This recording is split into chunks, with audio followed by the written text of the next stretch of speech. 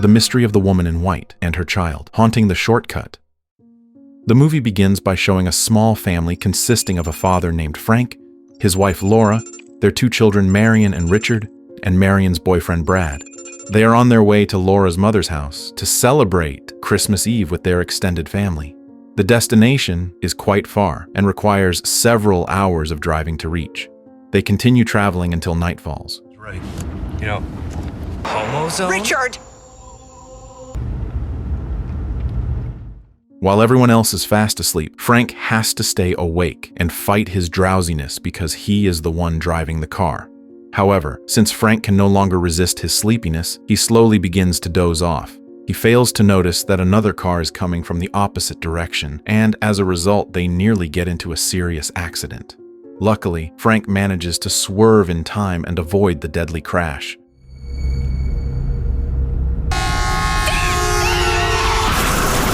Why don't you let someone else drive for once? Laura tells Frank to switch drivers so the same thing won't happen again, but Frank insists that he is still able to continue driving. Before resuming their trip, Frank checks the condition of the car just in case there is any damage to the body.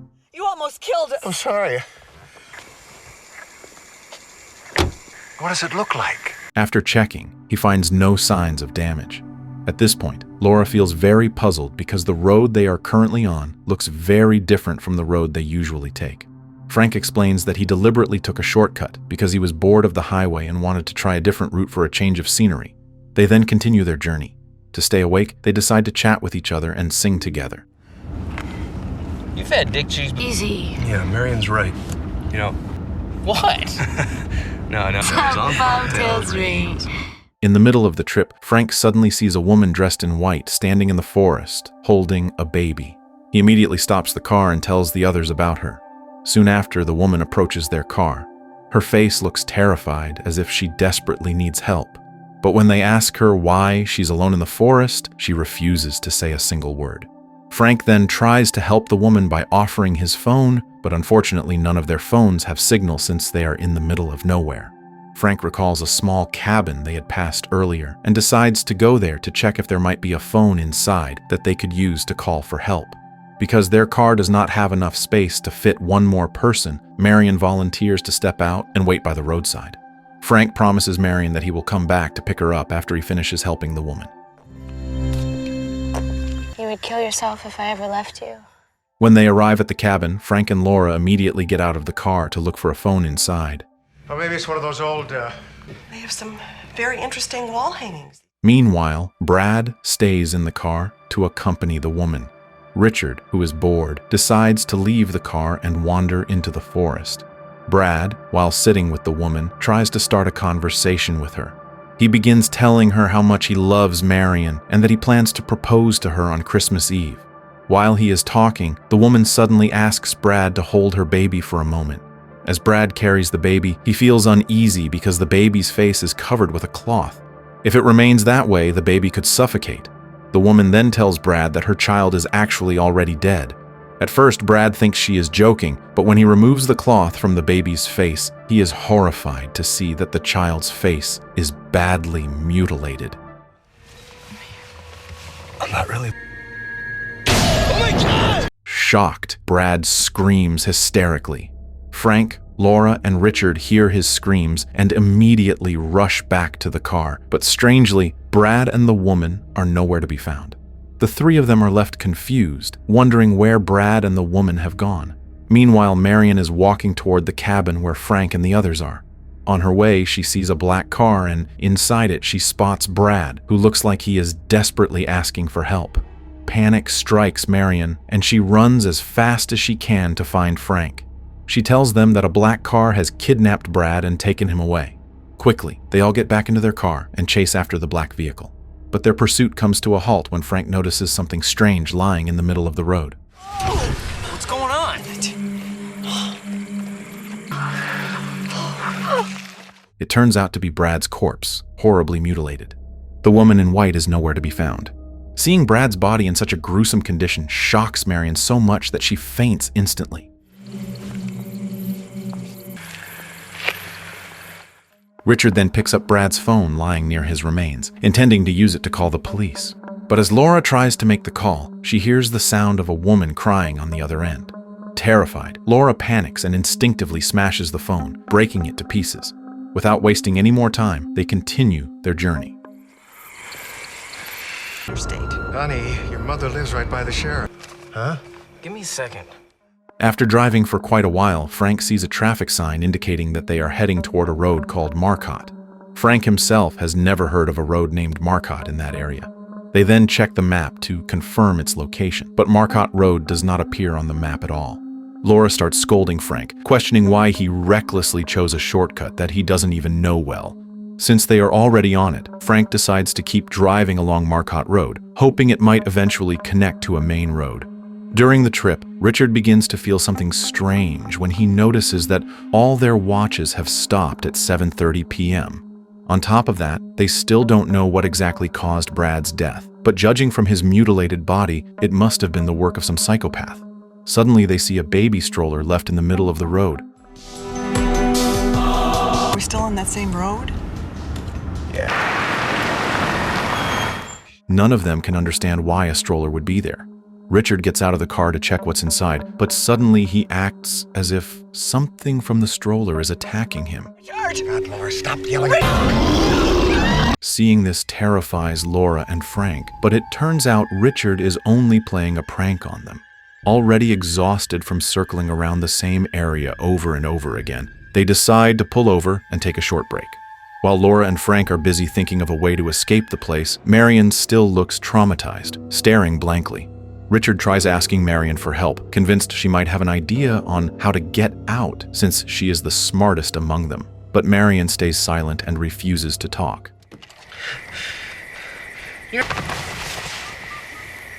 Mare! After that, they continue their journey again. You seem to do from time to time. My point. Was public radio? After driving for some time, Laura panics because they still can't find their way out of the forest. They are also deeply unsettled by the fact that not a single other vehicle has passed by. This leads Laura and Frank to argue once again, which annoys Marion and Richard. Then Marion reveals to Laura and Frank that she is pregnant with Brad's child. The revelation shocks them, but they choose to keep going and focus on finding a way out of the area. During the trip, one of the tires suddenly goes flat, forcing Frank to stop and replace it.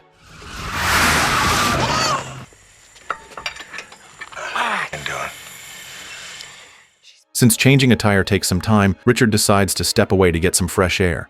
Suddenly he encounters the woman in white, and this time she tries to seduce Richard into having sex. Back to Frank, who has just finished changing the flat tire. As they are about to continue their journey, Frank, Laura, and Marion see a black car passing by on the road. It looks exactly like the same car that had kidnapped Brad earlier. On the back seat of that car, they are shocked to see Richard inside. Right after the black car drives past, Frank also spots the woman in white holding her baby and staring at him from a distance. Frank, Laura, and Marion quickly get into their car and start chasing the black vehicle. In the midst of their reckless pursuit, they suddenly hit something without realizing it. When they step out to check, they discover that what they struck was Richard's corpse, already burned beyond recognition. Richard's horrific death devastates his family, especially Laura, who had always considered Richard her beloved son. Unable to accept his gruesome death, Laura begins to lose her sanity. She then reveals a shocking truth to Frank, that Richard was not actually his biological son. Frank is stunned by the revelation. Laura confesses that she had an affair with Frank's friend Alan. She admits she truly loved Alan and that at one point they even ended up having sex. However, since Laura already had a family, she decided to cut off the relationship with him. Despite Richard not being his own blood, Frank still loves him dearly and refuses to leave Richard's body behind in the forest. He carefully places Richard's remains in the car trunk, but first, he has to throw out all the Christmas gifts that were filling the space. Marion then remembers that she had prepared a Christmas gift for her uncle, a shotgun. Considering their current dangerous situation, Marion takes the weapon to keep it ready for defense. They continue their journey, still searching for a way out of the forest. Since Richard's death, Laura's sanity has completely unraveled. She keeps muttering nonsense and even insists that Richard is still alive, which deeply worries both Frank and Marion. Since Marion is a psychiatry student, Frank asks her to give Laura some form of psychological therapy in the hope of restoring her to normal. Frank also tells Marion that the figure terrorizing them is the same woman in white they had once tried to help. He is convinced of this, since the woman in white always appears whenever something terrible happens to them. Frank once heard a terrifying story similar to what they are experiencing now. Long ago, there was a married couple driving at night. Along the way, they found a little girl walking alone. Feeling sorry for her, the couple offered her a ride, but it turned out that the girl was not human at all. She was a ghost. Remembering that tale, Frank becomes even more convinced that the woman in white is a ghost haunting that area. Meanwhile, because Laura has been eating too much in the car, she starts to feel sick and nauseous. They are forced to pull over so she can throw up. At that moment, Marion asks Frank who Alan really is, but Frank refuses to talk about him. Soon after, Laura returns holding the shotgun. She begins playing with it because it reminds her of how Richard used to love playing shooting games. Frank and Marion panic immediately at the sight of Laura fooling around with the weapon. Given her unstable mental state, they fear she might do something reckless. Their fears come true when Laura suddenly shoots Frank in the leg. You're the shrink. Student shrink? Dead! It's gonna be alright. Is he gonna die too? Fortunately, the shot does not hit any vital area, and Marion quickly provides first aid to treat Frank's wound. After tending to him, they continue their journey once more. Guess so. Of course! Exhausted, Marion eventually falls asleep in the car. When she wakes up, she panics after realizing Frank is not inside. It turns out Frank only stepped out briefly to check their location. He explains that they should reach Marcotte Road in a few more hours, but what worries him most now is their fuel running low. If they run out of gas, they will be completely stranded in the forest. A short while later, Laura approaches them and insists that they must always stick together and never separate. Shockingly, Laura then accuses Frank of having cheated on her with a woman named Sally. Laura admits that her anger over Frank's affair drove her to end up having sex with Alan. Hearing this, Marion is stunned to learn that both of her parents had affairs, but she realizes this is not the right time to discuss such matters. First, they must focus on finding a way out of the forest alive. Then suddenly, Laura sees many people standing by the roadside. This terrifies Frank and Marion because neither of them can see anyone there. Most likely, Laura is seeing the ghosts that inhabit the forest. It's Janine! Quick, stop the car! As they continue driving, Laura once again behaves strangely, insisting that Richard is still alive. Desperate to see him again, Laura recklessly throws herself out of the moving car while it is speeding down the road.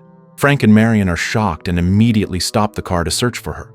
Strangely, they only find Laura's belongings scattered on the road, but her body is nowhere to be found. Moments later, the black car reappears. Fed up with everything, Frank grabs the shotgun and starts shooting at it. The car slowly retreats, and from inside, it emerges Laura, still alive.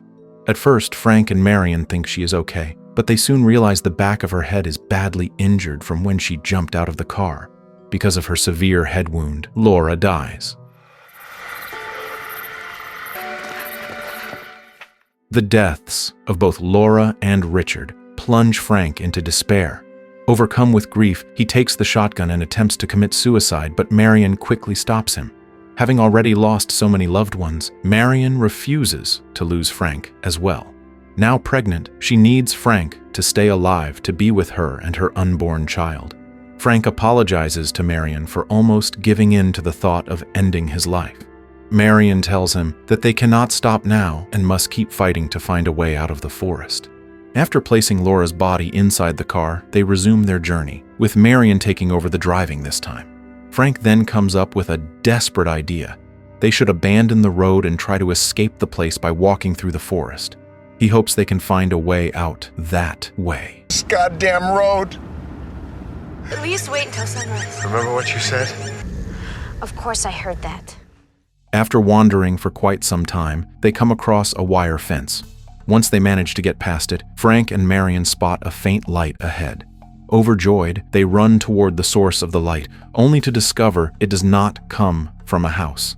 It is actually the headlights of their own car. Confused, they wonder how they could have ended up back at the very place they started. Still refusing to give up, Frank and Marion get back into the car and continue driving once again. To stay sane, Frank begins writing down a list of things he wants to do once they finally escape the forest.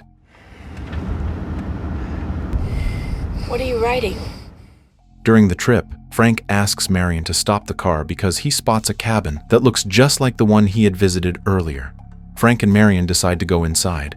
Since the cabin is very dark, Frank tells Marion to get a flashlight from the car while he recklessly enters with only a lighter as his light source.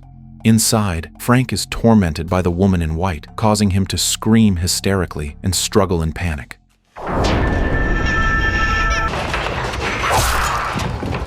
Thankfully, Marion arrives in time and manages to calm him down. But when they return to the car, Frank's behavior suddenly changes. Without realizing it, he strikes Marion in the face, knocking her unconscious. Shocked and remorseful, Frank quickly carries Marion back to the car. He then notices a shadowy figure. It is the woman in white walking into the forest. Furious, Frank grabs the shotgun and chases after her, but tragically, she brutally kills him. A while later, Marion regains consciousness. The car is now surrounded by a thick fog, making the atmosphere terrifying. Then she hears a voice telling her that Frank is already dead. Panicked, Marion starts the car and drives away as fast as she can, but soon the fuel runs out, forcing her to continue on foot. Come on! No. Come on!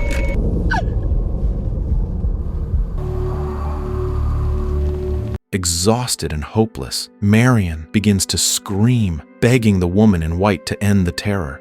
Suddenly, right in front of her, she sees 4 body bags, each containing the corpses of Frank, Laura, Richard, and Brad.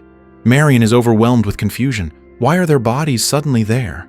From a distance, the black car appears once again, the same one that always shows up before something horrific happens. Marion fears that this time it has come for her. But without her realizing, the woman in white is standing right behind her, holding her baby. The woman calmly tells Marion that the car is not here to take Marion, but to take her and her baby instead. She then enters the black car and drives away, leaving Marion behind. After the woman's departure, Marion has a vision of the car accident that she and her family had at the beginning of the film. A sudden flash of light appears, and Marion finds herself waking up in a hospital. A doctor comes to comfort her as she remains in deep shock. The truth is finally revealed. Marion, Frank, Laura, Richard, and Brad really did get into a car accident. The crash happened because Frank fell asleep at the wheel and collided with another car while driving on the shortcut road. The incident occurred exactly at 7:30, proven by the fact that all the clocks in the film stopped at that time, symbolizing that everyone except Marion died then. Tragically, Frank, Laura, Richard, and Brad could not be saved and lost their lives in the crash. Marion, however, along with her unborn child, survived because her body was thrown clear of the vehicle. The car they collided with belonged to a woman and her baby, revealed to be the woman in white and her child, who were killed gruesomely in the accident. After the accident, a man driving a black car finds Marion unconscious. He immediately calls 911 and requests help for the crash that involved Marion's family and the woman in white. Marion is then taken to the hospital where she falls into a coma. It is revealed that everything Marion and her family experienced in the film was nothing more than a dream she had while unconscious. The Marcotte name, which they had been trying to reach, turns out to be the surname of the doctor treating Marion at the hospital. Marion must have glimpsed his name before slipping into a coma for several hours. Now she is left alone with only her unborn child. In the final scene, 2 workers are shown cleaning up the remains of the accident. Among the debris, they find a piece of paper, Frank's note, written before his death. On it, Frank had listed 2 things he wanted to do before he died. First, to buy a video game, and second, to become a cool grandfather to his future grandchild. Sadly, Frank would never get to fulfill either wish as he lost his life in the crash, and the story ends.